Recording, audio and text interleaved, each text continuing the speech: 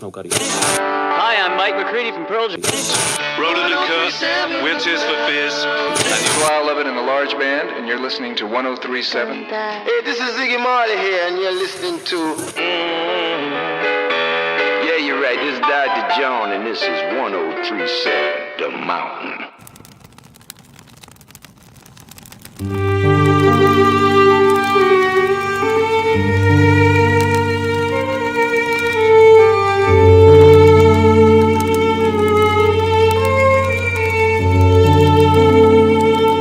Once upon a time, a long, long time ago. Here we have a huge mountain. 30 years is long, right? Ooh, that's pretty. The mountain. In a magical place called the Emerald City, The thing I like best about Seattle is there was a radio station called 1037 The Mountain. 1037 The Mountain, hey. And those who listened became enchanted. You are on the air. Mountain. The music, 1037 The Mountain. the events, the personalities, This is Seattle Mayor Greg Nichols joining Marty Reamer for Free Latte Friday. the community, Excuse me, Your Honor, but this is Tacoma Mayor Bill Barsma. And if there are any free lattes to be given out, it'll be thanks to me. Biatch. This is 1037 The for them, Mountain. there would never be another station like it. Mountain, 1037 The Mountain. Vamos parar na montanha. Today, the mountain is out.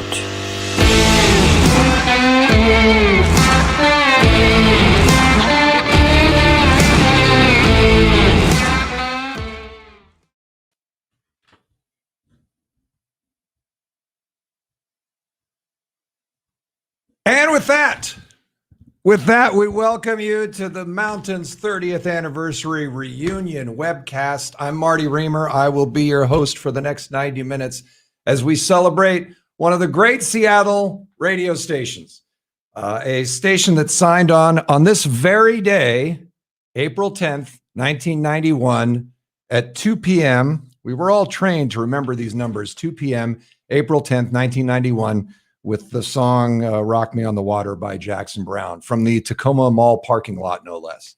So a very sexy beginning.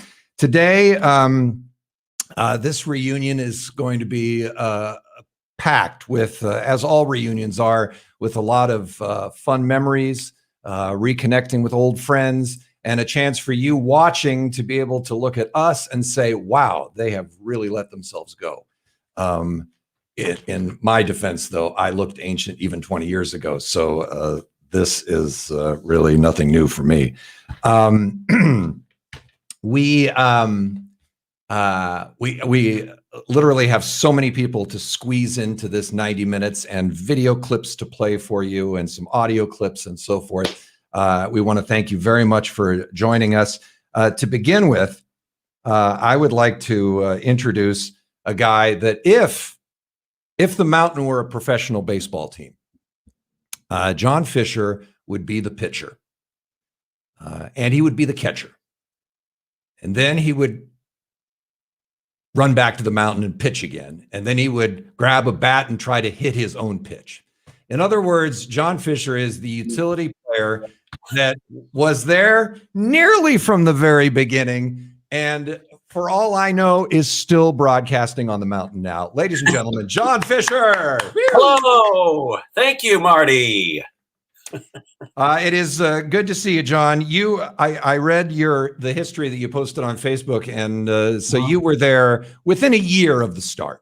Yes. I got a little, inside info from people who were there from the very beginning to write that massive document. But yeah, I guess it's true. I know where a lot of the bodies are buried. So it was 21 years for me. 21 years. I know. You and I, we shared duties in the Mountain Music Lounge, hosting the Mountain Music Lounge. I would love to hear, just right off the bat, some of the stranger tales, some of the stranger memories you have of the Mountain Music Lounge. Well, it's such a strange job, that particular part of the job. I think my very first one, if I remember right, was Jesse Colin Young. Come on, people now. smile on your brother, everybody, you know, that guy. Sure. And I remember that going okay and going, all right, I think we can do this, you know. That was my first one. And we used to do them in a studio, just me or you and an engineer and the artist and no audience. For a long time, it worked that way. And I always thought that once we switched to having a live audience, the artists started behaving a lot better. You know, they could be kind of dickish if they were just in a room with a disc jockey. They could go, no, I don't want to do that, you know, or I don't want to play that. And I'm sure you've been through a few of those. But I think my first really kind of one that freaked me out was the Allman Brothers, where Greg Allman was under the weather, as he was quite a bit of part of his life anyway. And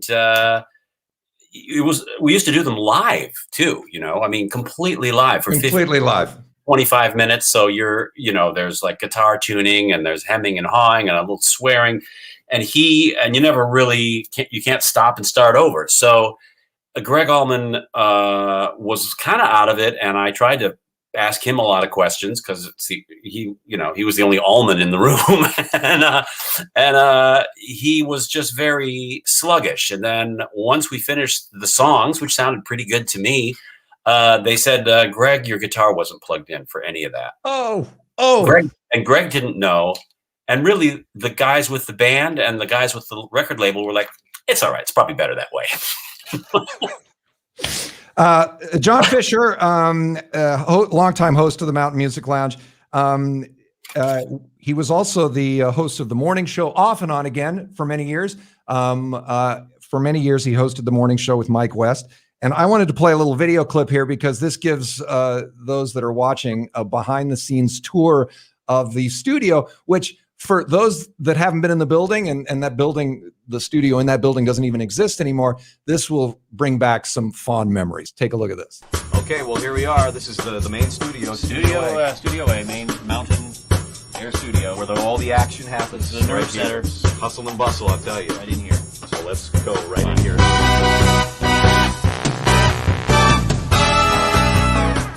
Console is where we control all the sound that we put on the air, from the music and the commercials here, to CDs with other music here, to microphones over here, to the phone over here. It's a lot of buttons. I don't know what a lot of the buttons do, but many of them are very important. Now, when we do interviews once in a while, a little secret, we really edit them, because we take out a lot of uhs and bad comments. And I'll show you how we do that. This is a program called Cool Edit. So I'm just going to show you how we edit something. So I'll say, this is just a dramatization now. I hate John Fisher and Mike West, and I would love for them to leave the air. Now, just to turn that around a little bit. So we're going to take out that little mistake there. Crude, but listen. I love John Fisher and Mike West. See that? Went from hate to love. And this is our phone over here. This really is like our lifeline to the outside world. And as you can see, it's lighting up like crazy. We're being bombarded with a call. Good morning, the mountain. Hi, my caller here? No, you're not. Am I caller 11? No. 9? Now, this is the on-the-air light. This tells us whether we're on the air or off the air. And when this thing is on, like it is now, creative genius is taking place in that studio. So, on the air? Yes. Federal Way, North 5, right before 272nd. Right lane blocked because a car overturned. Off the air. Man, I love the vodka. On the air. Believe it or not, you successfully passed the Fisher and West rock test, and now you get to pick anything you want out of the massive mountain music library. What do you want to hear? Off the air.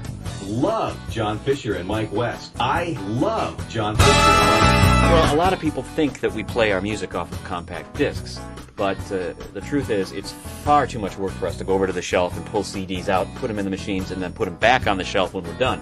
So everything is on a big hard drive now, so I'm getting ready to play Matchbox 20. I just grab Matchbox 20 off of this line here, and I just drag it over here, and Matchbox 20 is ready to go. Effortless. Here we have On the Air. Is it the mountain? Yeah. I didn't win? No. I am a caller. Yeah, you are. Off the air. And that's the end of the show, so We're going home. Bye-bye. Off the air. Really shouldn't be on right now.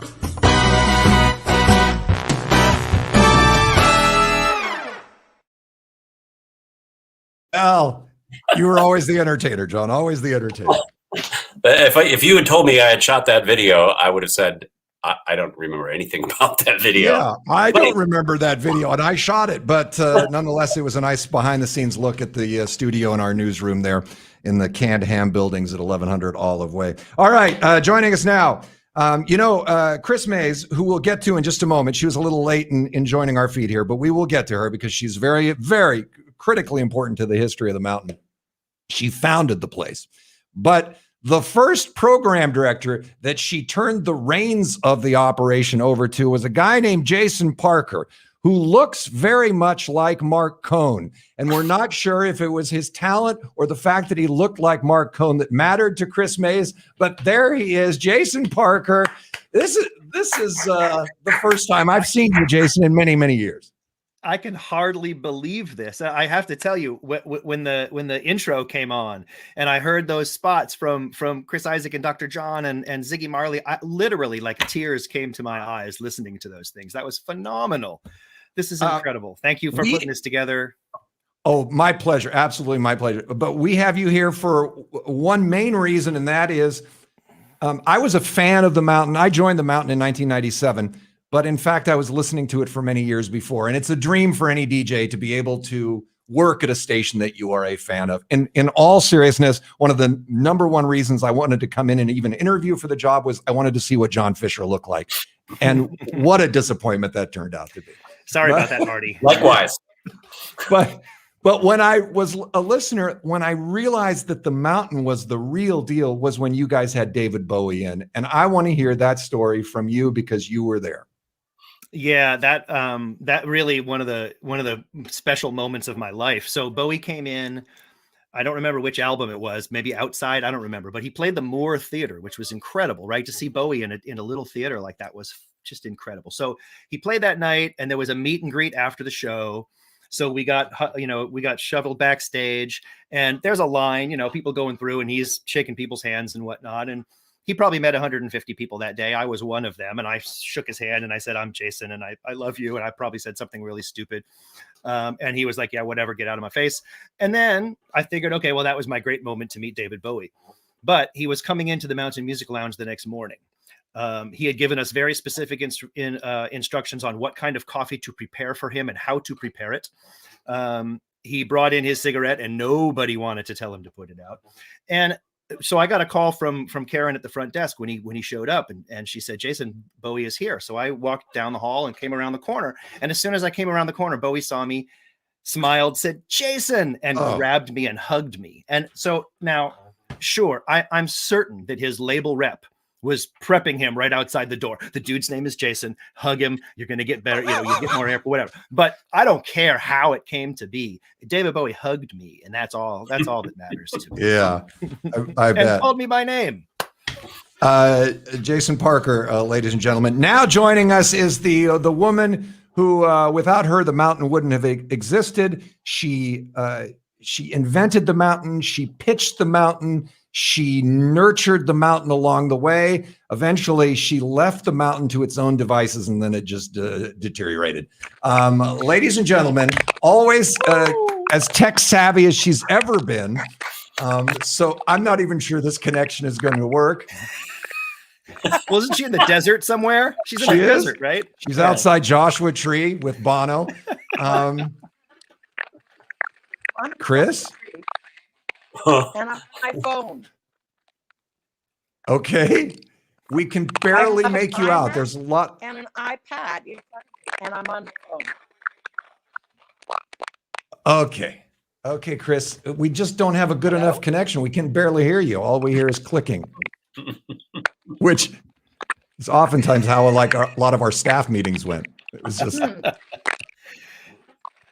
Okay. Where's Stefan when we need him? Make a joke. Sure.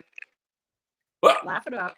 Okay, hold on. Well, let's because we have so many people to get to and so little time to do it in. We'll see if that connection improves at all.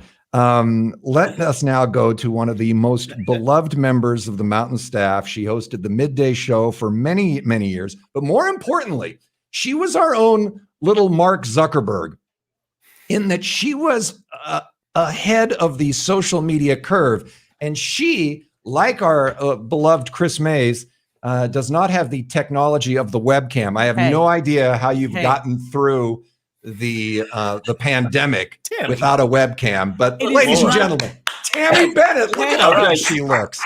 Hey, now, thank you. You haven't aged a day. No, it's not that I don't a face pick. I should have done that. Marty, we should have done that. A face pick at least. Yeah. It's not that I don't have the technology. It's that I have such complicated equipment at home that every time I plug a webcam in, it hijacks all my settings and stuff. And then I have to redo everything. Right. So I figured everyone knows what I look like. It doesn't really matter that you can actually see me. I do have COVID hair though. So, you know. What? You're missing my COVID hair. It's giant. It's hair. huge. Oh, so much hair. Oh, I thought you were just announcing to us that you were COVID positive. No, I'm not COVID positive. Okay. In fact, I've got both of my shots already, Martin. We can French kiss again. Oh, that's fantastic. The way we used to in the old days, back when that was allowed.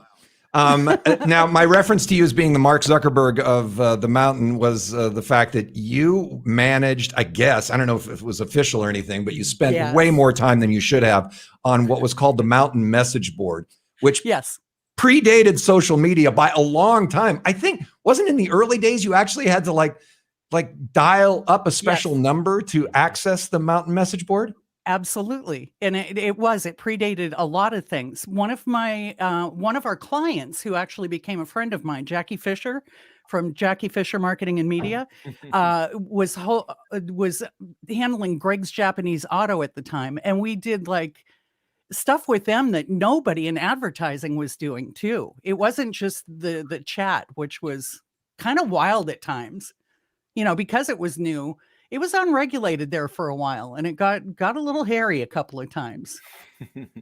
But people connected over that message board like, I mean, it was part of what made the Mountain special was the community, was the listeners, but especially on that message board, it was great. I can remember so many staff meetings, and John and Jason, you can attest to this too, where we would say, hey, let's do this. And then someone would say, well, the Mountain message board will be upset about that. And then we go, okay, let's not forget it. It's on.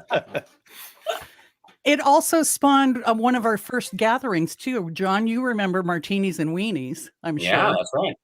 At the gym. And it started, when it started, you could only have like 6 people on at one time or something like that, right? It was awful. It was crazy. Yeah, you had to dial up. The modem made all that noise, kind of like the system you're using right now, Jamie. Thank you. She's still on the old message board right now. That's what she's still curating it. Slowing me down here. All right. We had a lot of connections from that. 4 people, obviously 2 couples, got married. I'm still friends with a lot of these people, and they're still connecting on other social media, Facebook and other places. Okay, our next guest, she came to Seattle to work at Amazon, but thought, you know, I would rather a job with a company that has a future. So sadly, she made the bad decision of leaving Amazon and coming to work at 1037 The Mountain. She also took Tammy's position on the air. So this will be an awkward meeting here, although you don't have to look her in the eyes because you can't see Tammy. Ladies and gentlemen, Sean Stewart. Yay! Great to see you all. I love you all so much. Sean, you must have heard about the Mountain before you actually came to work at the Mountain, because you were in the music world and in the radio world. What had you heard about this radio station before you moved to Seattle from Minneapolis? Well, I'm sorry Chris isn't here, because what I had really heard was about Chris. You know, there just weren't that many women who were, you know, GMs at radio stations anywhere in America. So, you know, as a female, at the time I was a music director at a station out in Philadelphia, a public radio station. And she was legendary, you know, just absolutely legendary. And then, of course, I had met Jason because there would be conferences for our format, you know. And so I had met Jason. That was actually Mark Cohn. Yeah, well, I think I met Mark Cohn too. But I met Jason and I met Dean, and they were both just, really wonderful. And I had other reasons. It wasn't really the mountain and it wasn't really Amazon that was bringing me to Seattle. My boyfriend / husband was here, and I really wanted to be here with him. And I had heard that no one leaves the mountain. Like, the city is so great. The station is so great. You will never get a job there, ever. Like, don't even try. But I reached out to Chris, or I think I reached out to Jason when I got here with the Amazon role, and just said, hey, I'll fill in. I'll do part-time work, whatever you need. And my first day on the air was New Year's Day, because nobody wanted that shift. And remember, we would count down the albums of the year. And I just, went on the air, and Tammy called me on the hotline within like minutes and said, Sean, you have to say mountain. Oh my gosh. Say mountain. You have to say mountain. And she gave me some other great advice along the way. And then I replaced her on the air. Yeah, well, that had to happen. And that's why.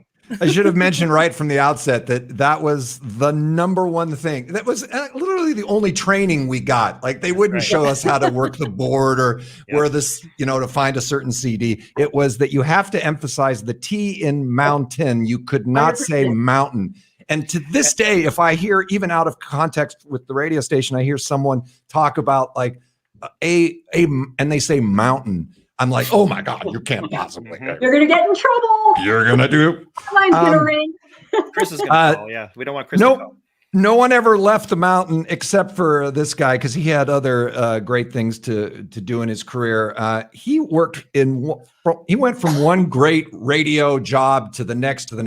He just celebrated the 50th anniversary of KISW a few weeks ago, and now he's here to celebrate the mountain's 30th anniversary. Our former music director, I believe Sean took his job too. Ladies and gentlemen, the legendary Dean Carlson. Hey. Hello.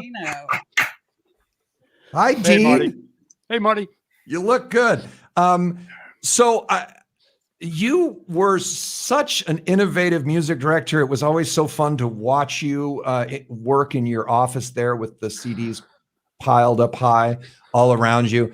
I am curious, just list off some artists that in your tenure, the Mountain had a huge influence on. Well, during that period in the 90s, these are artists that clearly are superstars, but we were so early playing artists like Sheryl Crow, Dave Matthews, Bo Deans, Big Head Todd, Paula Cole, Joan Osborne, Counting Effing Crows. Those bands all came out and we just jumped on them immediately. And this is before pop would start playing them. So really it was a format that we kind of played the songs and the artists before it crossed over to top 40 and more mainstream. In fact, I'm just realizing now we got all the three music directors, Jason, Sean. I brought some records. You want to do a music meeting real quick? Yes, let's do it. Oh my gosh. Yes. What was a music meeting like? What would you guys do there? Oh, goodness. Well, keep in mind that there would be only so many slots that would be open. So you maybe could have 3 or maybe 5 ads at the most.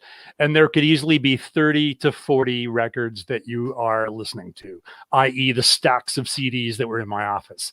So all of these CDs, you're trying to figure out, are they selling? Are they playing anywhere in another city? Is there a fan base? Are they touring? And so you'd walk to a music meeting with sales reports, maybe some research, some other stations that are playing these bands. And then you'd sit and you would just listen. And you would put together maybe 25 of the best music of the week. And there's a lot of labels that are sweating, hoping that you're going to play their song in the meeting. I mean, there was so much riding on it because when you added a record, it would influence other radio stations. They would be influenced if we added it. And our spins would move the song up the charts. And now the question that everyone listening wants to know is, did Dave Matthews ever have any kind of an official relationship with the mountain? Because the rumor always was that Dave Matthews owned the mountain or owned part of the mountain. What was the connection between Dave Matthews and the mountain? None. One of our interns became his nanny. Oh, that's right. We just supported every track, every album, and it was the sweet spot. It was like our house band, I guess. I don't think a lot of people realize that back then, like in the, I guess, 90s, our format was way out ahead on artists that became huge, popular artists. I mean, we were sort of an alternative to like pop stations, but, Train and Adele and artists like that, nobody played them except us and stations kind of like us around the country. And then all of a sudden, they're getting played on every pop station in the country. Don't you find yourself sometimes getting a little depressed about these artists and like, who do they turn to now? Yes, totally. Yeah. Yeah. 100%. Yes. Yeah. And then I will also say that. Oh, go ahead. Can I ask one question? I want to know, when you go into a music meeting, right, and you've got your program director there, like your job is kind of to, make a case, like you're a lawyer for these records, like why you should get. I want to know if there was like one record that you had to like stand on the desk and say, we have to add this record. I know it's going to work. We have to add it. And it did. Wow. It's almost sort of, I swear it was Radiohead. Yeah. It was Karma Police, because it was so good, but it kind of pushed the envelope just a little bit. Mm-hmm. Yeah. But so worth it. All right. Yep. I want to bring on one more person here. She is the sister I never had. Actually, I have a sister, so she's actually the brother I never had.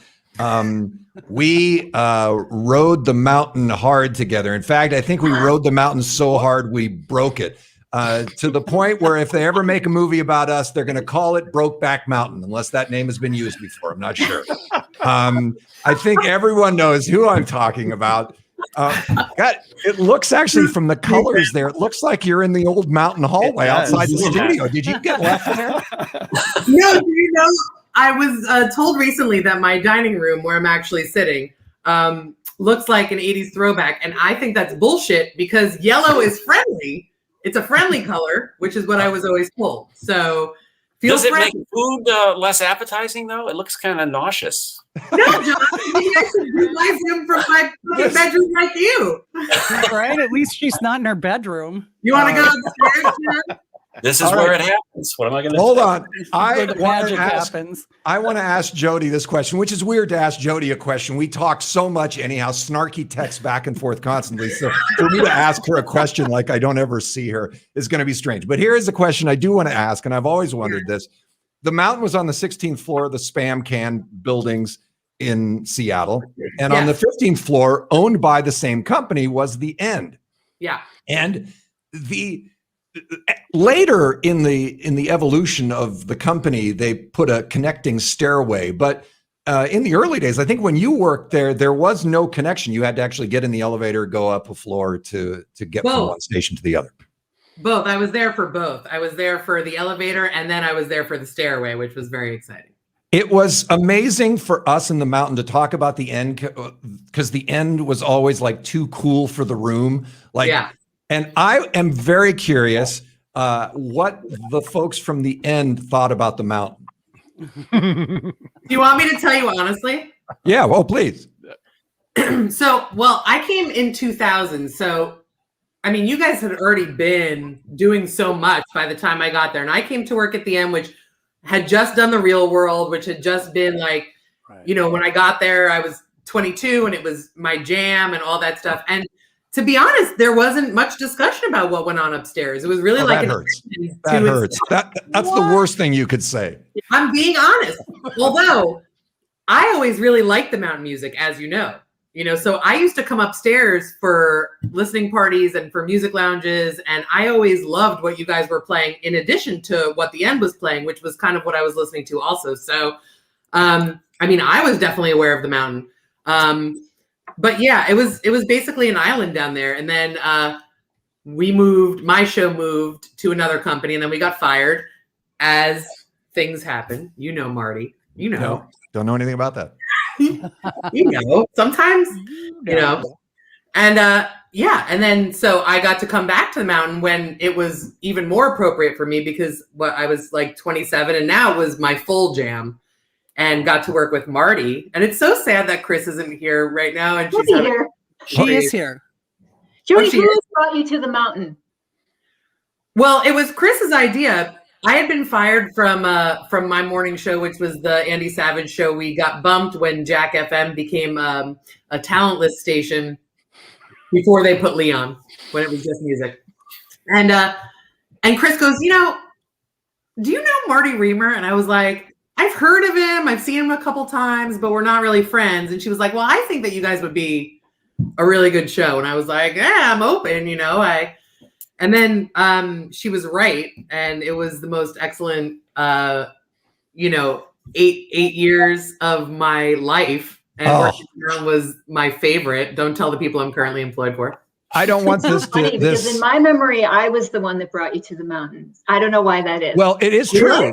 It is true that Chris had the idea. I mean, she's the one who planted the seed, but Chris was gone, and Sean was the one who executed and said, okay, I need to put you two together and get you on the air. And not to make this mountain reunion all about me and Jody, but now sit back and watch one of the joyful moments between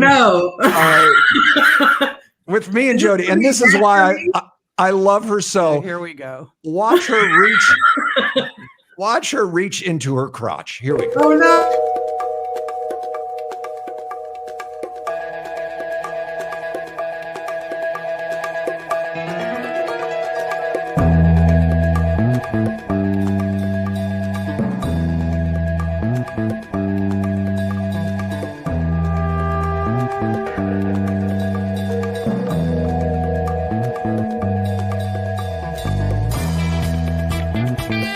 Собирайтесь вместе.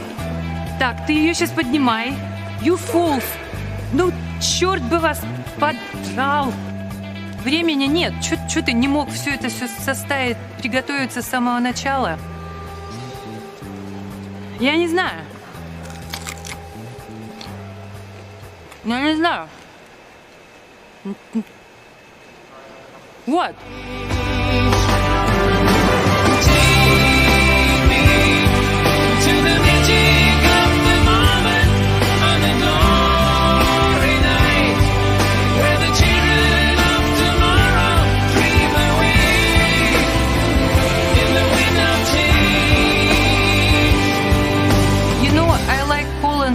Jody, Katarina, shit.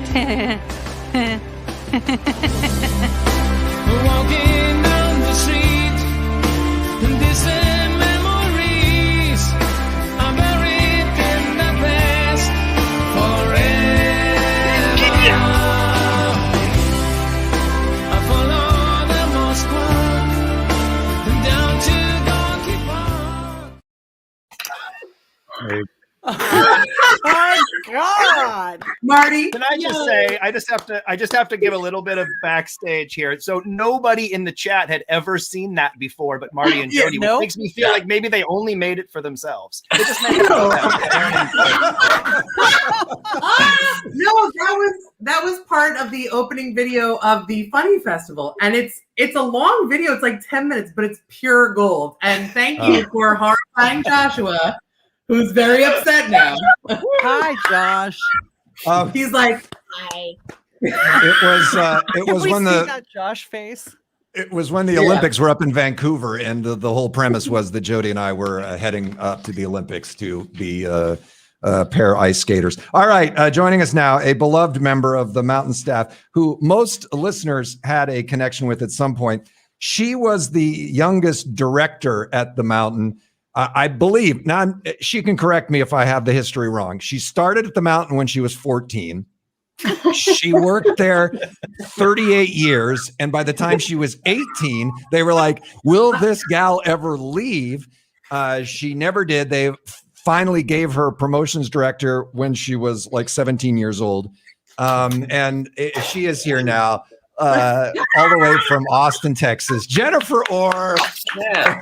I might have gotten some of the ages not right, but it was close to that. Yeah. Hi, Jen. Hi, it's so good to see you all. Likewise. So, for those that don't know, a promotions director is in this precarious position of being squished between air staff, prima donna air staff, prima donna salespeople, maximum prima donna management, and trying to juggle all those. Oh, and then clients too. Ugh, blah, client, blah.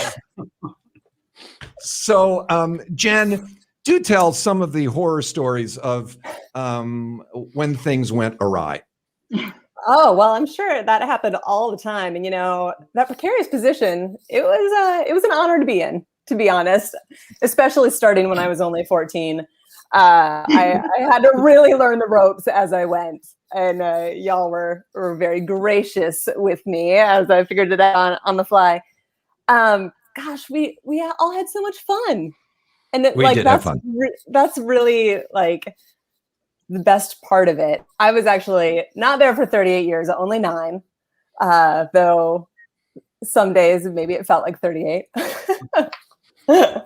My favorite promotion, the one that I talk about all the time, as far as like one that went off the rails, there was some sort of a contest where a company could enter and get a free bowling party for their whole staff.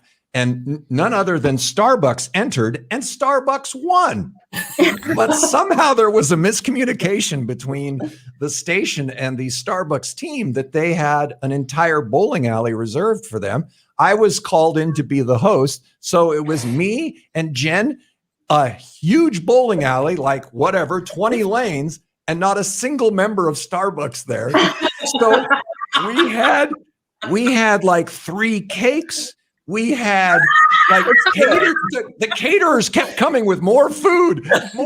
And I kid you not, I bowled like I've never bowled before, where I would bowl on lane 1, then I would go to lane 2, then lane 3. I was so sore at the end of my bowling expedition with Starbucks. Whatever happened there? Why didn't Starbucks show up? It was really the best of times. I do have a very vivid memory of that.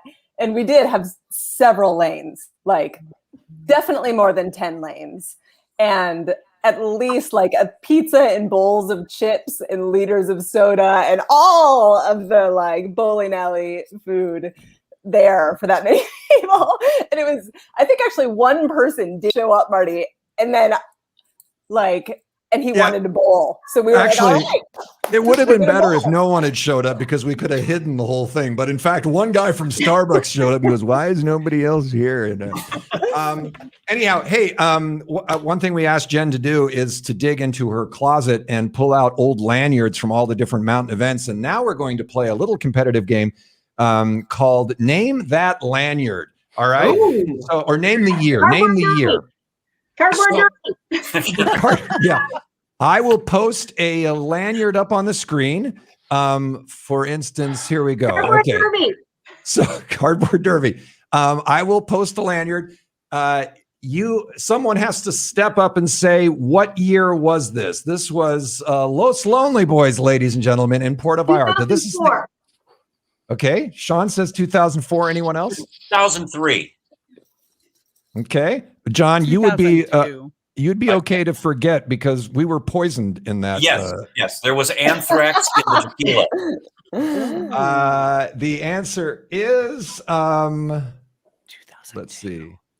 2004. Whoa! Oh, the year is on the lanyard. Well, I had it covered up. Yes. I had it covered up. Yeah. I revealed the answer. Oh, all right. Again, another great mountain promo gone horribly wrong. Earth Day with Jack Johnson and Pete Yorn. 2008. Anyone else? No, that's earlier. 2004. Earlier. 98. 2004. 98. I don't know. I was 98. there at that time. I was there then, wasn't I? It was 2002. No points for you. All right, David Gray in the Mountain Music Lounge. I think this was his first time in the Mountain Music Lounge. That happened. Oh, it was at EMP. Maybe is that what that means? So like Sponsored by EMP? in the I think 90s, it was in the Sky Church. I remember I'm going to go with 98. late 99. 90s. 2004. 2004. No, it's later. I think this is later. He was in like 10 times though. Yeah. 2004. Could this have been the 2009. one where he did Starbucks up on Capitol Hill? And I don't know if this This was. is 2009. It is 2001. 2000. Yeah, everyone's whiffed on that one. How about this one? CD release party with Carbon look at Leaf. that. The best of. Volume best of. 10. That was the double.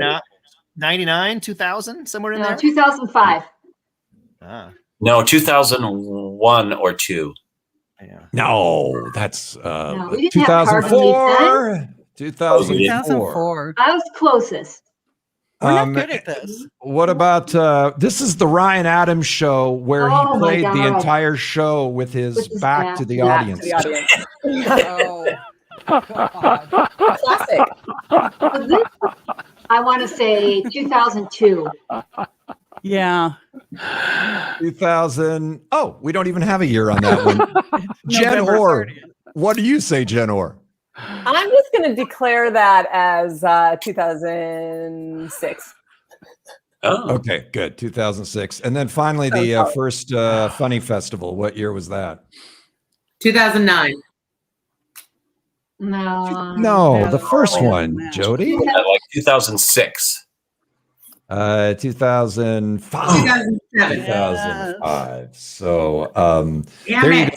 Thank you for playing our game. Now, we have there was one real reason why I wanted Chris Mays to be on the stream is because I wanted her to explain this picture, which hold on here, I got to get you guys back. I've lost Chris and you. Marsha Reagan with Van Morrison. Yeah, That was an amazing moment. That whole day was Van Morrison, Joni Mitchell, and Bob Dylan at the Gorge, right? Isn't that right? Yeah. Yeah. I like pictures of her with Van Morrison, and I love the pictures of Chris with Sting. Let's see if we can get Chris back on here. Let's see. There's Chris Mays. Now, do we have a good connection with you, Chris? Hey. All right, there she is. Can you hear me? Leader. Checking. Can you hear me? Oh, yes, I hear you. I am so sorry. A crazy technology here in the desert. What can I say? I'm glad to see you all. That's what I can say. It's so wonderful to see you after all these years. Well, Yes. I've seen some It's of great to see you too, Chris. Thank you. It's lovely to be here. This whole thing was supposed to be organized differently. You were going to go from the very beginning, but that's all right. We'll put you on when we got you. Something has happened. This is what happened. Yes. Okay. Van Morrison. Here we go. This is it. Drum Are roll. we going to do this? Really? We're going to do this? Let's do it. Or wait. I know Hold on, you Chris. told the We story could with tease. Jody, Hold which on, may or Chris. may not be true. Hold on, Chris. We could tease this and say that at the end, Chris Mays will reveal the truth as to whether or not Van Morrison vomited on a staff member. And we should find that out later because we also have someone else here who's been waiting very patiently. Wait, do we still? Yeah, there he is. He was the smooth talking evening host of the Mountain, and I believe he was the first morning host on the Mountain. As he said, I will do it for a while, but I don't get up early, so I'm not doing it for very long. Ladies and gentlemen, all the way from Texas, USA, Brad Dahlbeer. Hey, Bradley. Nice to see you all. Thank Brad. you very much. Yeah, I haven't had a haircut in a year. Yeah, I was the first music director, but I wasn't the first morning show host. But that happened shortly after. I came on in the summer of '91, actually, and then took over the morning show I think in the fall of 91, and did it for 6 months until John came on board. So I was very happy about that. So that was a good day when John joined the staff and I could quit getting up at 3 a.m. So yeah, so I'm here in Dallas now. Nice to see you all. Has been a long time since I've seen any of you. I've seen probably Chris the most recently, but I haven't seen anybody for quite a long time. So Welcome aboard. thank you. Good to see you, Brad. Yeah. Are you on the air down there, Brad? I am. I'm doing mornings in Dallas. Back to mornings. Market number 5. Doing mornings at KXT. So which is it's a AAA station, public station in Dallas. No station. And, know it well. Oh, do you? That's awesome. Yeah, I've been here 5 years now. So doing the morning show. Do you have a cowboy hat? I do.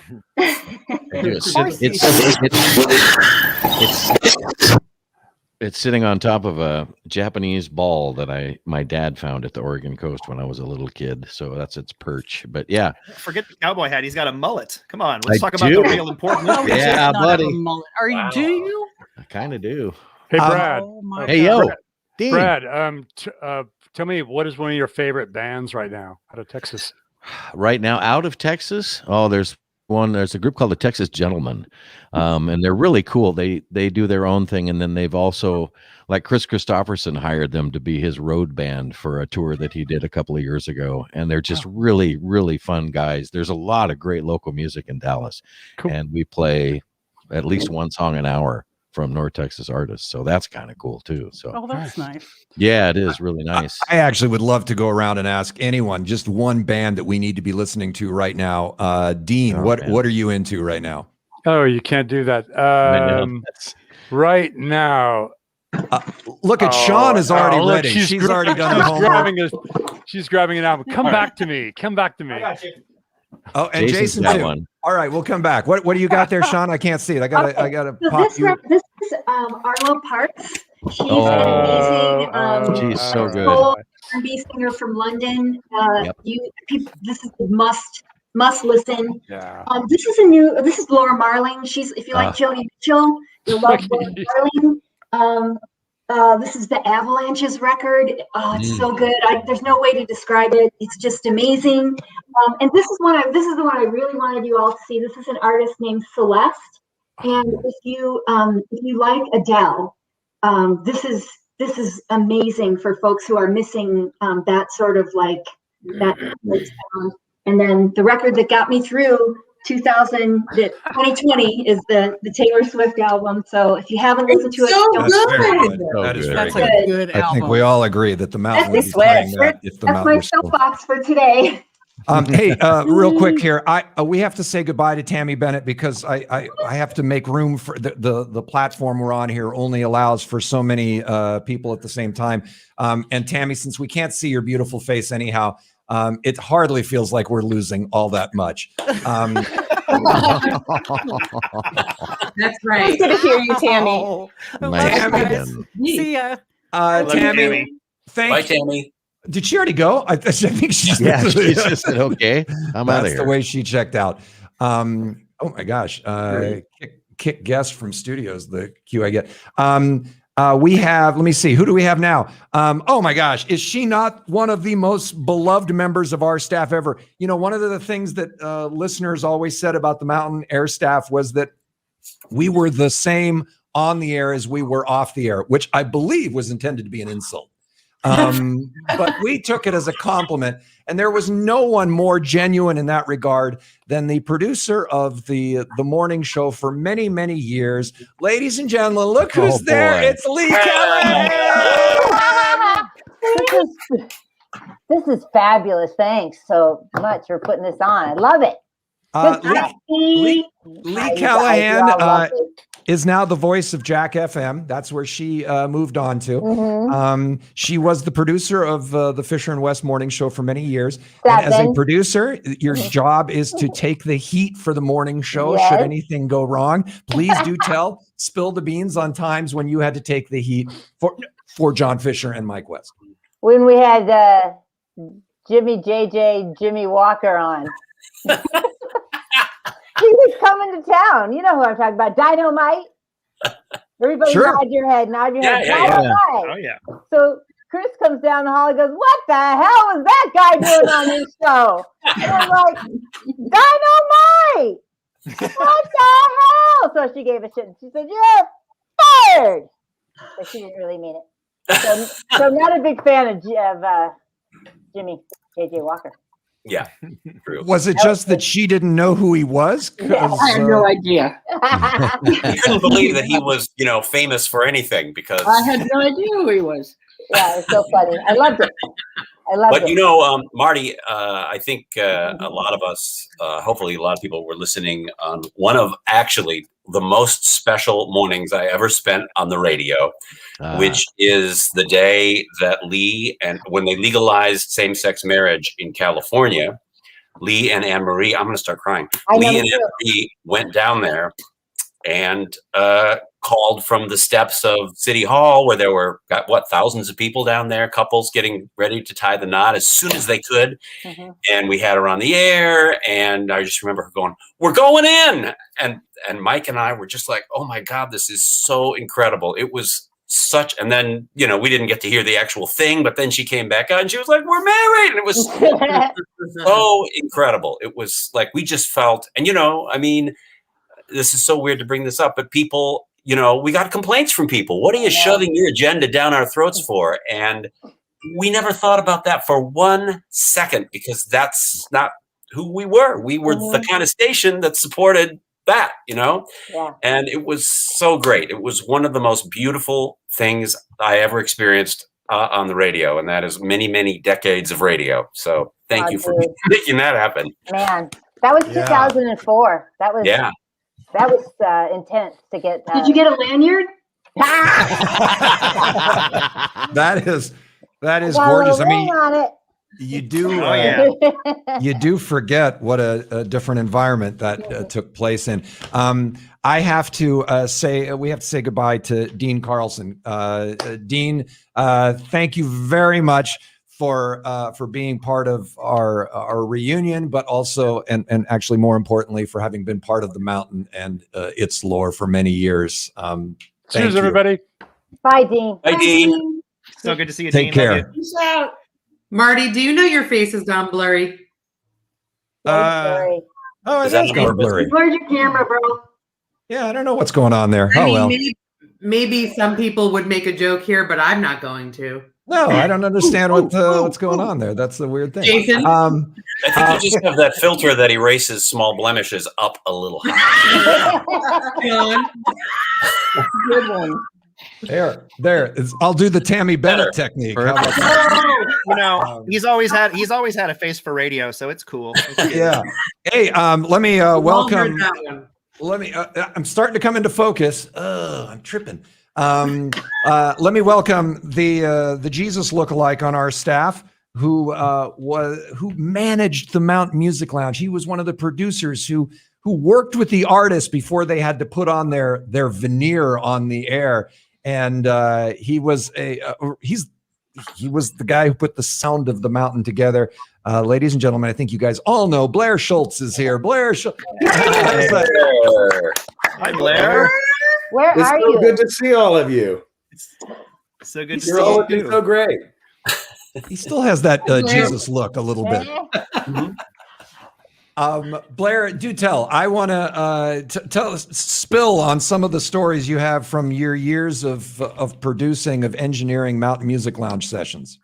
Well, I've been working on trying to figure out what the best stories were. So there are a lot of them, but I think that really the way you had phrased it to me in our little pre-session was who were the difficult people.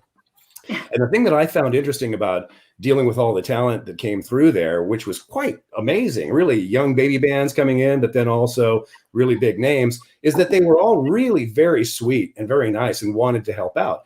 And especially when I started to have people produce jingles for the Mountain. So it was just an idea. I said, well, how about if you do a little mini song and we'll play it? And they really, everybody, the artists all really got into it. They really enjoyed that idea. Very few of them said no. But one of the very first, the other thing about that is that you got into to see some of these people. They're incredible talent. I'd say, can you do a jingle? The one that comes to mind is Nelly Furtado. She turned to a guitar player and she said, play a little bossa nova. And the guitar player plays a little bossa nova. And then she just extemporizes this amazing song in English and Portuguese. And it was just, a knockout. But one of the very first artists that I asked to do a jingle was when Matchbox 20 came in. And Rob Thomas has just done Smooth with Santana. I mean, he was huge. And so Rob and Adam, the guitar player, started in on trying to put a little jingle together. And I don't know what was going on exactly, but they weren't jiving, and they started to get a little irritated with one another, and then they started to get really irritated with one another, and then it became kind of a row between them. And I'm just sitting back here going, maybe this wasn't such a good idea to play these jingles. But what happened was they eventually put one together, and it sounded fine. It was good. We played it on the air a lot. But honestly, it wasn't great. But what happened with that jingle was that I took it, and other artists that would come in, I would say, could you play a mountain jingle for us? And they'd be like, I don't know. If they started to hedge a little bit, I would play them the Matchbox 20 jingle. I'd say, hey, Matchbox 20 did one for us. Take a listen to it. And they would all listen to it and go, well, we can do better than that. Now, I think if I had played them the Nelly Furtado jingle, they would have been like, yeah, I got a sound check to do. I'm out of here. But I think we got a lot of people buy-in because of that. And by the time we were done with doing that idea, we had about 70 jingles from different artists all in the can. Yeah. That we played on the air. You were kind enough to share some of those, and we played some of them in the very opening of this webcast reunion. Someone's just going to ask a question. I don't know. Yeah. Do you remember, Blair, when Dr. John came in? I do. Absolutely. Yeah. And his first comment was, have you licensed this? You should probably license this because you could make some money off of this. It was so great. And he was great. He was worried for me because he had a bad experience with somebody. Exactly.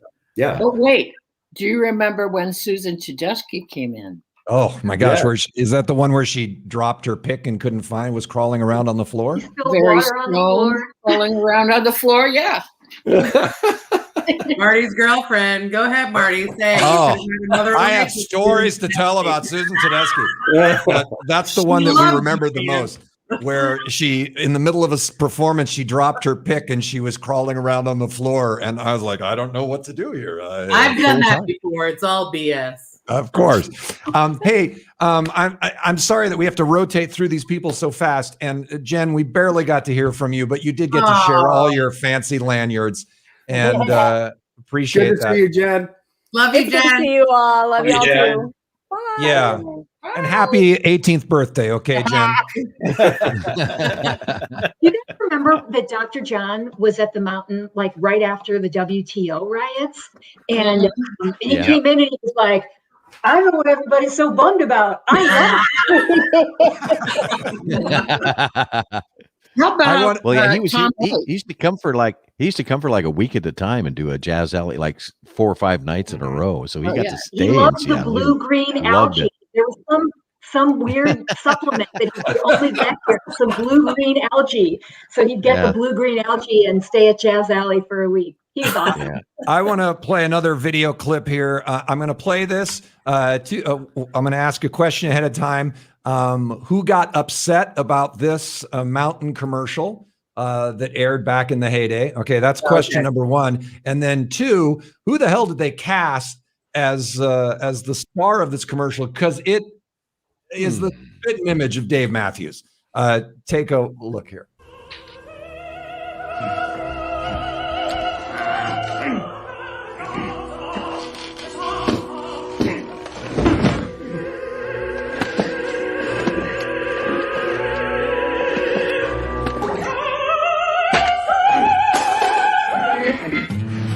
At the Mountain, we know how you feel about music. 103.7 FM, The Mountain, a passion for the music. That was an award-winning spot that was done for the Mountain. It was a great spot. Did you do that? Do you? No. No, Jim Copacino's agency produced that. But I do want to ask, who got upset when that spot aired on TV? Jason, I think, had to take the call, right? Yeah, I got a call from the director of the Seattle Opera. I'll never forget his name, Spate Jenkins. I remember his name. And Spate. Yeah, he proceeded to tear me a new one for about 25 minutes, just railing on me about how his whole life has been spent trying to, get the stereotypes of opera out of people's minds. And how could we as music lovers throw him under the bus like that? And I'm like, dude, it's funny. And he's like, no, it's not funny. And we just went back and forth. And finally, I think I called Chris and I'm like, can you talk to this dude? Cause he was livid about that ad. I thought that was the best ad. I thought it was so weren't they threatening to pull advertising and then they were indeed. Yes, and we ended up doing some kind of partnership with them in the end. Yeah, it was a payoff. No, I'm just kidding. We gave a listener the chance to be tied in a chair on the stage at the opera. Fantastic. The voice you heard at the very end of that commercial, the guy who was saying the passion for the music, that voice was none other than our very own Dave Elvin, who joins us now from the studio. Look, he's in the studio. Home sweet home. This is how you do it, people. This is how you do it. Dave, the question I want to ask is, how did you get hooked up with the Mountain? Because you did not have a broadcast background. In fact, I first met you when I was working at KXRX. You called me up one day and you were repairing flight simulators. I was a flight simulator repair person in my former life. And one Saturday, sorry, somebody keeps turning on my my booth fan here. Stop it. Making noise. So you had your what was your contest? The contest where you had to identify the song on KXRX. Anyway, I identified the song. It was Robert Plant's Far Post, and I won for my office Subway sandwiches. And and you said, "Wait, do you do flight simulators there?" And I said, "Yeah." And he said, "I've always wanted to fly one." And I said, "Well, you should come out here." And I've always wanted to play around at a radio station. So fast forward, I don't know, 6 months or something like that. And John and Peyton are talking about needing an intern. And, in my cherubic late 20s, I volunteered and dropped your name, Marty, to Chris, who had been, I hear, trying to get you on the air there. So that just kind of all congealed to get me in the door and pulling CDs for John and Peyton, getting them coffee in the morning and working my way up to muttering at the end of that spot there. The funny thing is I think what I told you was tell Chris that you and I have worked together before, and then she'll never call to verify that. So, yeah. So Lord knows that's how it worked out. And it's funny because you ended up working there before I did. Yeah, and left before you did to explore other pastures, but had an amazing time for sure. Yeah. What are you doing now? Because I mean, you are a voice now. That's what you do professionally. That's my full-time gig is voiceover. I mean, a couple of the big hits are voice of the NHL Network. Wow. I'm the voice of the Sony channel in Southeast Asia, the American version. I'm the American voice, the English voice for Telemundo for their English English language spots, all their promos. So, and a whole bunch of different stuff. I've been locally on Fred Meyer and QFC commercials. So the whole gamut. Cool. Nice. Yeah. Nice Well job. done. Awesome. Thank you for being here. I think, I want to play one Mountain there. When we were thinking about putting Mountain Music Lounge performance on this thing, there are so many, and then there are licensing issues. I don't even know if they're going to kick us off for playing a little clip of a popular song. If you want to see a Mountain Music Lounge performance, just do a YouTube search, Mountain Music Lounge, and you'll see many. This was one that was kind of memorable in the sense that he was a rock and roll legend. He wouldn't shake anyone's hands. He was way ahead of COVID. I mean, he would only do the elbow bump, and he also didn't have a backing band. So what he did was he brought in a little Sony Walkman with a speaker, and he pushed play, and that was his backing band as he proceeded to play the flute.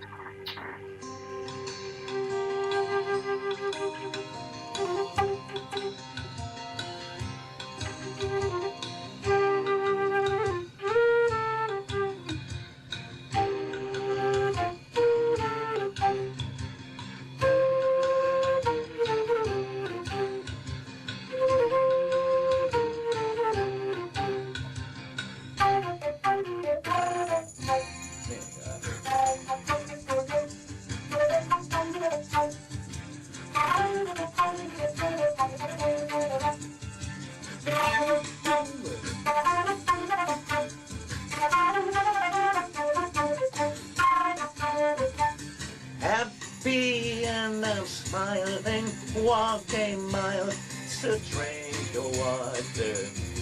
You know I'd love to love you, and above you there's no other. Let's go walking out while others shout of war's disaster. Oh, we won't give in. Let's go living in the past.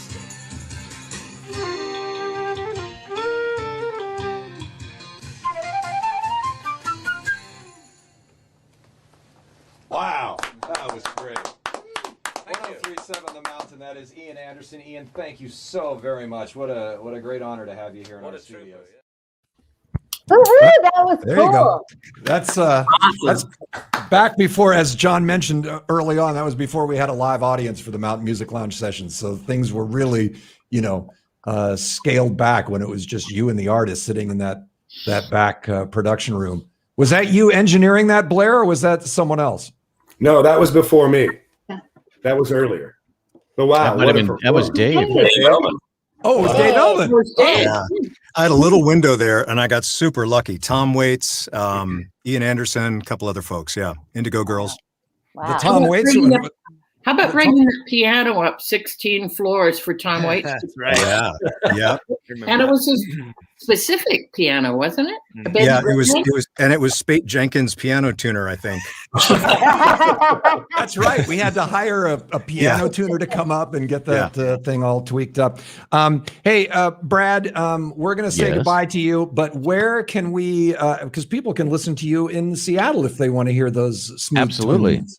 kxt.org. Nice. It's a great station. Great station. Yeah, it is. Thank you, Brad, for your thanks for having me, time. Brad. Good to see you all again. Bye, Brad. All right, bye. Take care. All right. Let me see. I think we have one more. Well, we have a couple more special guests, but this one very special indeed. He was only really, I mean, sometimes he would fill in for people here or there, but really he was on the air one day a week. And he was on the air Sunday mornings at a time when you usually put people on that you don't want anyone to have to hear. And yet, he and his show became one of the most popular features of the Mountain. In fact, on social media, if people talk about the Mountain, someone will always invariably mention this show. And it was because, A, he has an impeccable taste in music.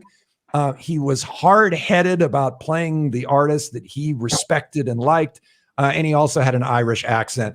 It's Drew Dundon, ladies and gentlemen. Drew. Dundon. How's everybody doing? You look great, man. Really great to see everybody. What a really fun evening, just seeing all these faces and hearing the stories. It's been quite a while for sure. 30 years since the early days. Not for me, of course. I was just, I breezed in there. I'm still young, in other words, somewhat young.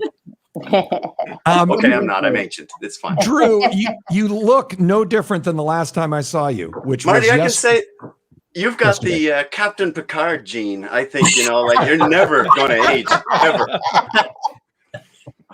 Yeah, when you look 80 at the age of 16, it helps. Yes, What I don't even know this story. Like, what brought you to the Mountain to begin with?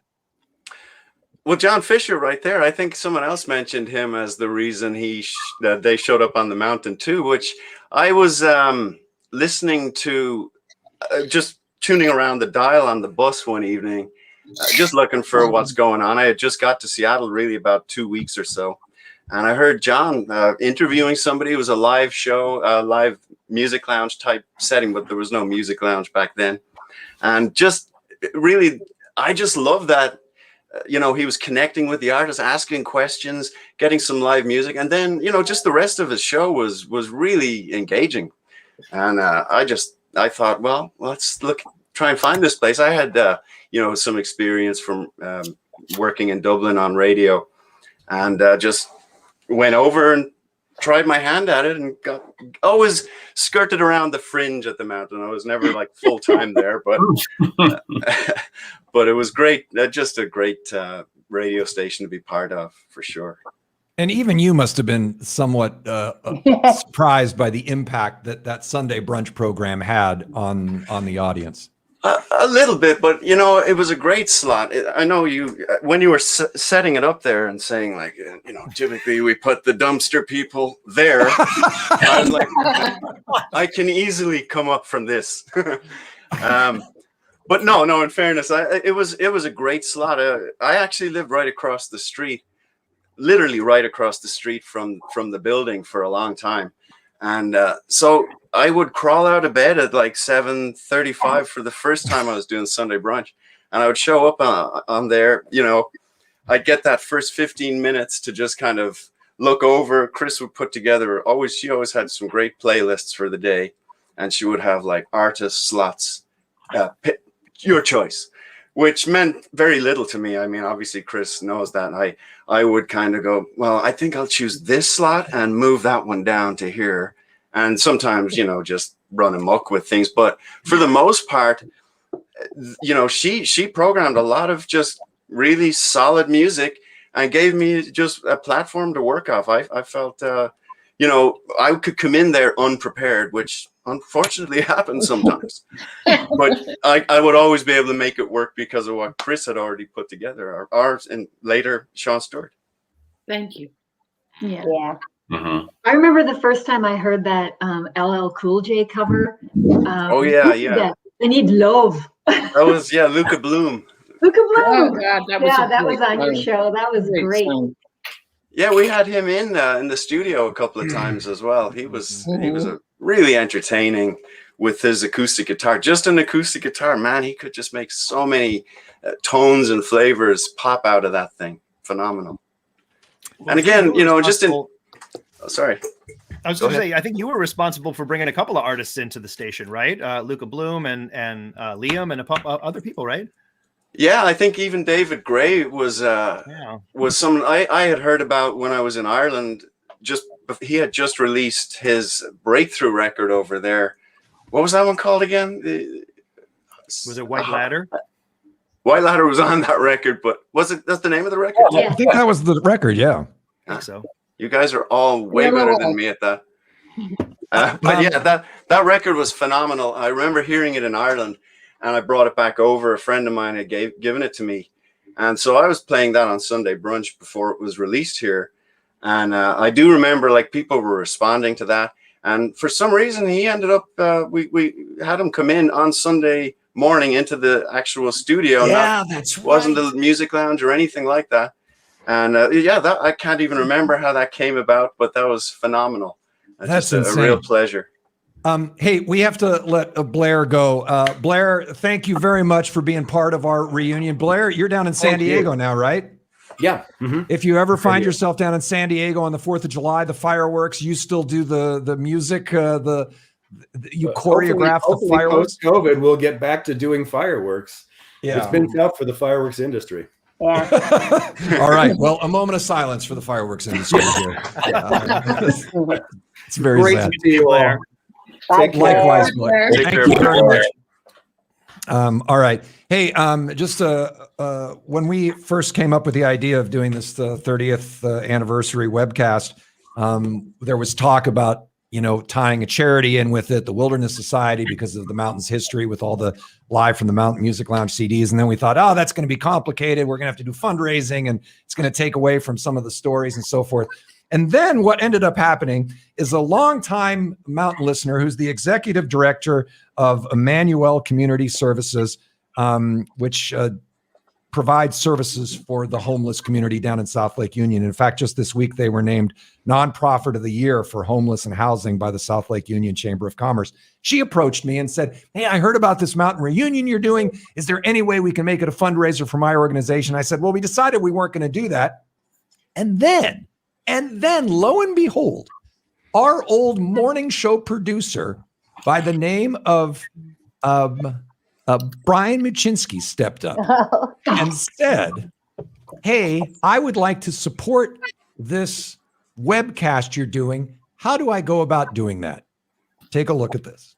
Hello, I'm Brian Muczynski, the owner of Muczynski Law Group, a boutique firm in Bellevue, handling complex collection, landlord-tenant disputes, trust and estate litigation, and other civil matters for some of the region's most prominent companies. And during a brief hiatus from law, I worked at the Mountain with martyriemer. You may remember my foot race against the South Lake Union Trolley. Man versus machine. Brian Muczynski, our producer, versus the South Lake Union Trolley. He's sounding the bell. He's moving and I'm moving. And I'm way ahead. Oh, I caught a walk sign. I'm in good shape. I'm way ahead of it. Way ahead of it. Removing my shirt at the 2008 20 Funny Festival. Also, what every magician needs, as you know, it's almost cliche, you need the beautiful, scantily clad assistant.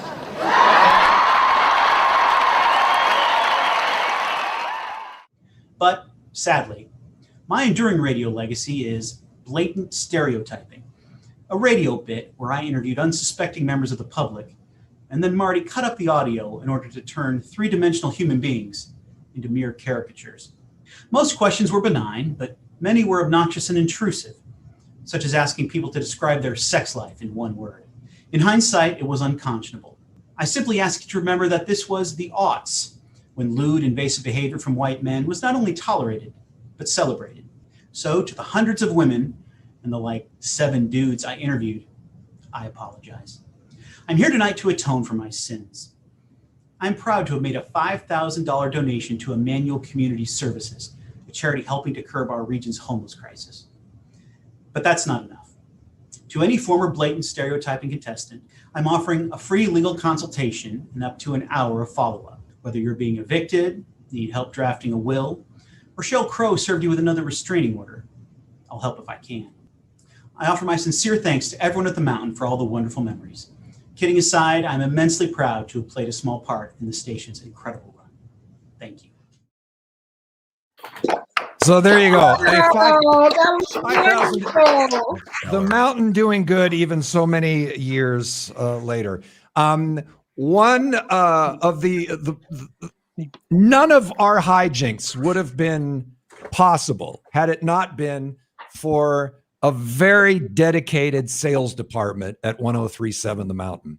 They were our cheerleaders out on the streets. They were the ones trying to raise money to keep the radio station on the air. And they were oftentimes some of our biggest fans outside.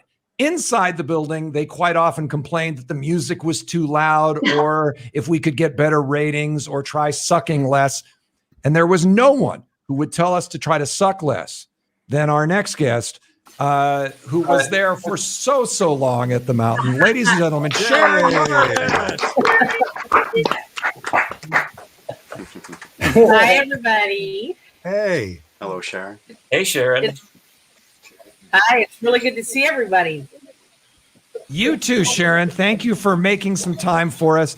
Sharon, what was it like trying to sell the Mountain to the advertising community? Right at first, it was kind of hard because, of course, it goes, well, how many listeners do you have? Well, we have 10 so far. But once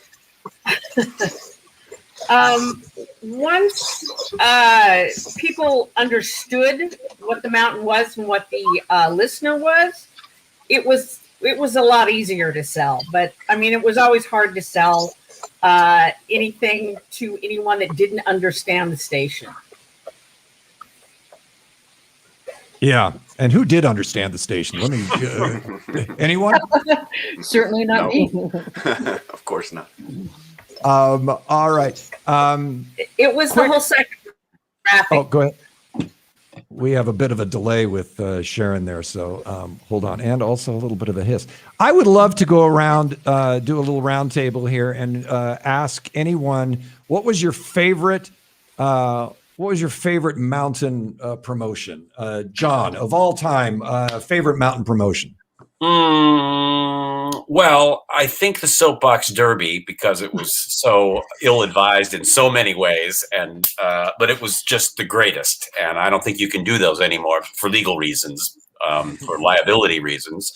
But the other component, besides the danger to the participants, was that these bands all played outside in the snow, and they'd be looking at their person from the record label going, what the hell kind of gig did you put me in with gloves? So I those were my favorites. Jason? Boy, I think I'll go back a long way and say that the Grateful Dead cruises were some of my fondest memories. Oh, we did my 3 or 4 God, of them those back in the day crazy. Remember that with Dead on Dawn? Remember our resident Deadhead who would program these incredible sets of music, and people would bring various substances and things with which to enjoy themselves on the boat. It was Argosy cruises, right? And people were, up on the roof. It was This was way before pot was ever considered a legal substance in Seattle. Way before. And the captain of the boat would, over the PA system, we're pulling into port in a half an hour. Maybe you should extinguish all substances, because the place was just a factory. Sean, what do you say? Oh man, there were so many good ones, but Marty, I'm going to say that trip we took to Hawaii with listeners. Oh yeah. And you and I, do you remember that we raced in the pool? We and it turned out to be like a circular pool with a giant pirate ship in the middle. We weren't not the easiest way to race. But that was really fun. But I also, not to blow wind up your skirt, but man, I love those 520 Funny festivals, because it was so different. Like, we've all worked in radio, we've all done a lot of promotions and, a lot of Earth Day concerts and Christmas concerts and all of that. But doing those comedy festivals and seeing those huge crowds that we could draw, those were amazing. And again, that's a tribute to Chris Mays, because I came to her with the crazy idea of, can we do a comedy festival? And she said, go for it. And that was pretty much her answer to everything. Just go. Why not? Jody? Without a doubt, the first annual, never to be replaced Marty Reamer Slumber Party. Which is the most fun ever. And we were like, can we do t-shirts? Can we do a boot camp? Can we do bagels? Can we have rock bands? Are they going to come? Are people going to like it? Can we rent the whole hotel? And it was the most insane fun promotion ever in all these years of radio. And the fact that we got Pat Monahan to do Air Band and sing Eye of the Tiger. Yeah, who would have thought? Chris, in all your years, what would you say? Well, the craziest thing, 2 things. The craziest thing was the Mountain Green team, where we had sponsors support us, and listeners actually came out, and we went to the Arboretum or some other place and pulled weeds. And our listeners spent like the day working and environmentally improving Seattle. So that was hard to surpass. But in terms of the overall, I would say the $1 million we contributed to the Wilderness Society and all the work that went into that, including all of the CDs that we sold at Starbucks. Starbucks was an amazing partner. And the live at the Mountain Music Lounges was an incredible act of love on all of our parts. And the Wilderness Society, we had a pact with them. They had to use all the money to support issues in the Pacific Northwest. And we raised $1 million to do that. And that is something I'll always be proud of. Yeah, absolutely. Absolutely. And we used to do live broadcasts from all the different Starbucks as those CDs would go on sale. And the lines would be around the block, people waiting to get their hands on those CDs. That was really a phenomenal thing.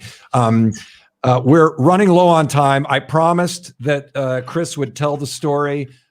Did Van Morrison vomit on one of our colleagues? as Jody knows, I have so much made the story a part of my lore that that I feel it happened to me, and I'm not even sure it actually happened. But do tell. Well, okay, so somebody has already mentioned an incredible show at the Gorge that starred Joni Mitchell, Bob Dylan, and Van Morrison. All right, I mean that right there is insane. But a salesperson and I, Marcia Reagan, who used to go to the Gorge together, it was her account, the Live Nation. We used to stay at a little hotel out of the way, and we went there afterwards, and we're sitting in the bar, and the bar opened onto the restaurant part, and in walked Van Morrison and his manager and the whole band. And I said, hey, Marcia, go over there and see if we can like snug our way in there. We were actually waiting for the girls from Live Nation who Marcia was working with. And so we snuck into, they said, okay, sure, come on in. He'd like to meet some girls. And we snuck in there, and we talked until 3 o'clock in the morning. And then at 1 o'clock in the morning, I think, they closed the bar. And then we went to the lobby with cases of wine. And then they closed. Well, Marcia and I were actually just tired. And we said, hey, Van, we're going to bed now. You want to hang out some more? Call us and we'll have breakfast. And we went to bed. And we woke up in the morning and went, wow, we hung out with Van Morrison, and we ordered room service. And the next thing we knew, the phone rang and it was Van. And he said, hey, we having breakfast or what? and we went, are you kidding me? We'll be right down. So we actually went in the van over to a pancake shop across the street, but there were too many people, and his crew brought us back to the hotel, and the restaurant wasn't open, but they opened for Van. So we went in there and had some breakfast and some cocktails, and no, he did not throw up on anyone. However, he was a little bit twisted, and I think he'd been up all night. I think when Marcia and I said goodnight, I think it didn't faze him. And there was this yellow yolk from the egg. He's gonna wish he had thrown up. That would have been better. Chin. The whole time we sat there and talked to him while this yellow yolk from his egg was dripping off his chin. Oh my God. Ladies and There gentlemen, you have it. you will never listen to Into the Mystic the same way again. He was a pretty, and he was really happy that Marcia and I were not. He didn't know we were radio people when he picked us up. We were just a couple gals who wanted to talk to him, and we talked about the potato famine and all this stuff. And when he found out we were in radio, he said, Was he was that so old? annoyed. And he's that old. And then he went, what kind of radio? And I said, rock and roll. And he said, like what? And I said, well, like Eric Clapton, blues. Bonnie Raitt, blues. Led Zeppelin, blues. Well, what do you consider rock and roll, Van? And he said, Brian Setzer Orchestra. Wow. Yeah. Real quick, we got to say goodbye to Dave Eldon. Dave, thank you so much for making time for being a Great part to of see the everybody. reunion. Thanks for having me. Great to see you, Dave. Absolutely great to see you. We have one more guest to introduce you to. He was only on the air one day at the Mountain, and then sorry, it didn't work out. But in fact, it was only supposed to be one day, so it worked out exactly how it was. And since then, he's been such an amazing supporter of the legacy of this radio station that he formed the Remembering the Mountain Facebook page, which is what inspired this entire reunion. He wanted to do it in person, but I actually think, thanks to Corona, thank you, Corona, that we got way more people together to hang for this thing than ever would have had we had to do it in person. But former retired firefighter and now the chief of Remembering the Mountain Facebook page, Mike Pavlich, down there on your screen. Thanks, man. Hi, everybody. Thank you. Excellent. This is awesome. Thank you, Mike, for having the idea, for allowing me to run with it. I would love to know, in the few moments that we have remaining here, what is your hope and dream for Remembering the Mountain, the Facebook page? I want to keep this up. I want people to keep posting pictures and videos and their new music that they want to share. I want to see more action from the former members of the Mountain, and I want to do this in person sometime, maybe with some live music, certainly with some whiskey sours or Chardonnay, and make this a bigger party that lasts until we get the Mountain back on the air again. Well, you know who might play the live music? Look who also wanted to send a message to us here on our 30th anniversary. Hey. What's going on, everyone? It's Barry and Terry with Carbon Leaf from our studio in Virginia, acknowledging the 30th birthday of the Mountain. What a great time that was in our career, and we're thankful always for the Mountain.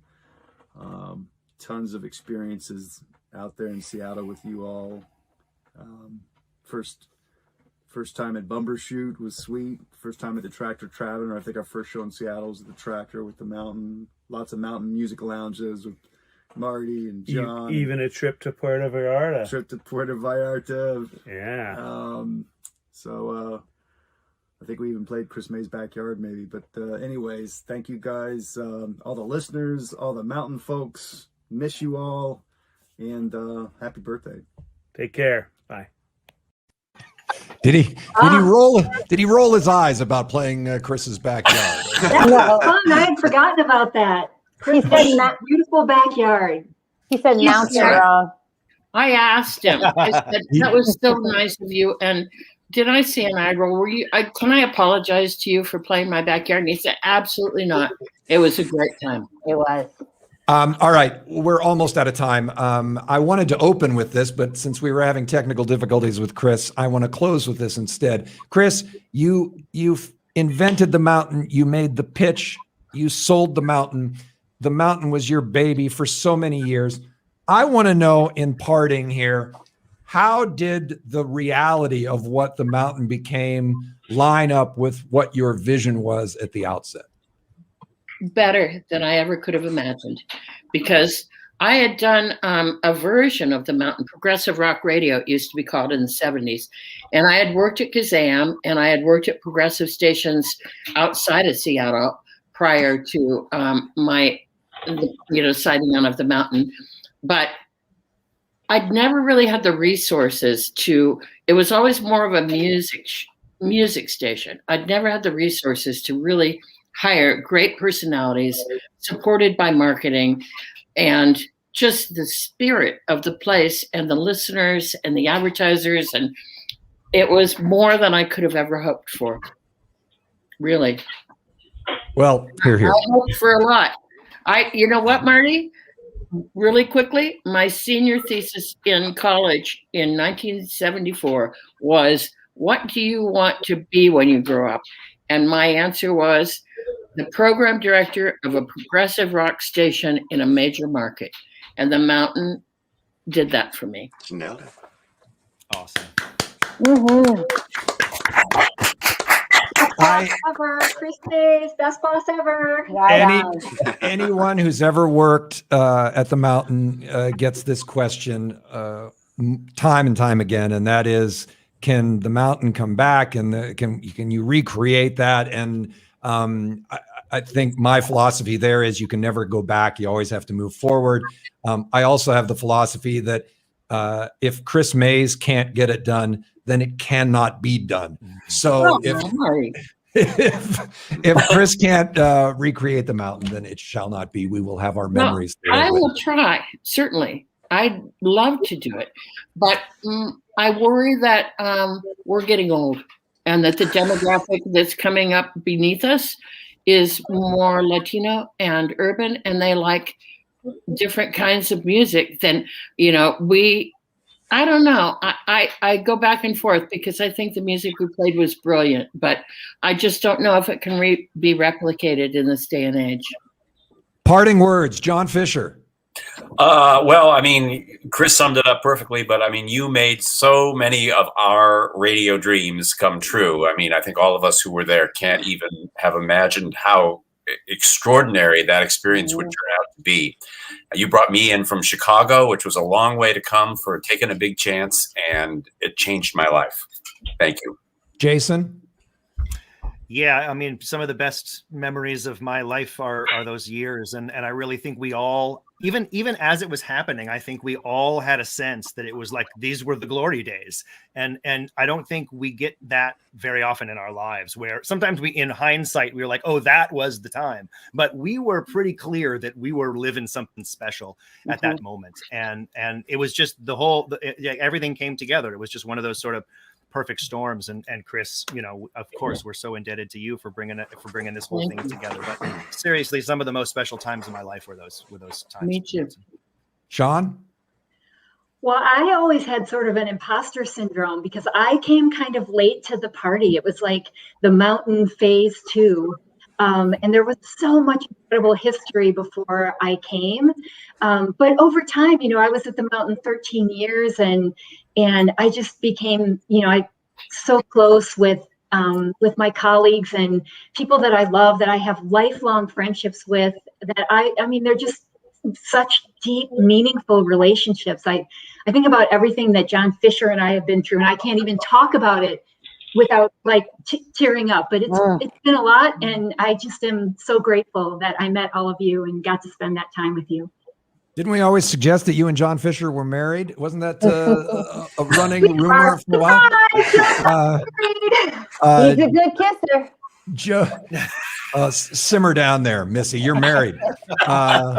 Lee Callahan, what do you say? I just say thanks to Chris Mays for hiring me. I was really new in radio, and I just loved being a part of this, this momentous station. There's never been another one like it, and I hope there can be. And I always have this fantasy I'm going to win the lottery and start another one. That would be great. Please do. Drew Dundon. Well, I just want to say thank you as well to Chris and to all of you, because you've all been just, a special part of my life. You all, just even your voices alone, I would have that radio on and be listening to the show, to various shows throughout the day. Martyriemer, for God's sake, sometimes just couldn't get away from that voice. But not the case tonight. Not the case tonight at all. But also that building, what other building could you walk into and just maybe see God knows who, in terms of whatever popular music was playing on the dial, Ryan Adams might be in there, Tom Waits, Bowie as it happened. And just, that was a kind of a magical space where, people, not only were the air staff cool and the other people that worked in the building, but also you were seeing, this influx of really interesting artists, and just, it was a lively space and a great time. So I'm very appreciative to have been part of it. And thanks to all of you. And we are appreciative that you were a part of it. Jody. Well, echoing the sentiments of everybody else, but also we can't end this thing without saying thank you to Marty for pulling it all together and for organizing it and for doing this from his house in Germany where he lives and refuses to come home. And you need to come home for family dinners because I miss you and your family. Oh, I love you. We all miss you, Marty. Sharon, we have a bad audio connection with you, but what do you say? The music was great. The friendships were great. I loved it. It was a great job. It was one of those jobs where you don't feel like it was a job. And Mike, since we got you on here, you get the last word. On behalf of thousands and thousands of fans from the Northwest, we love the mountain. The mountain gave us a sense of community with fantastic music, wonderful people, fantastic events. We wish it could continue forever. But we remember it warmly in our hearts, and thank you so much for giving us 22 years of amazement. Thank you very much, Mike, for inspiring this. The mountain, from my perspective, really was like what local radio should be. It entertained, it informed, it stretched people. It was the answer to those people who say that they don't make good music anymore. Because the answer to that was they do make good music, and the Mountain would find it for you. It created community that even so many years later is still together and still inspires us to want to get together. Thank you for being here today. Thank you, even more importantly, for being here for so many years before. Thanks to all of you who are on the screen now and who were on the screen earlier. Let's do this again in 30 years. Thank you, Marty. Yay! Thank you, Marty. Bye, you guys. Thanks, Marty. Lots of love. Bye, Thank you, Marty. Bye, everybody. Bye, everyone.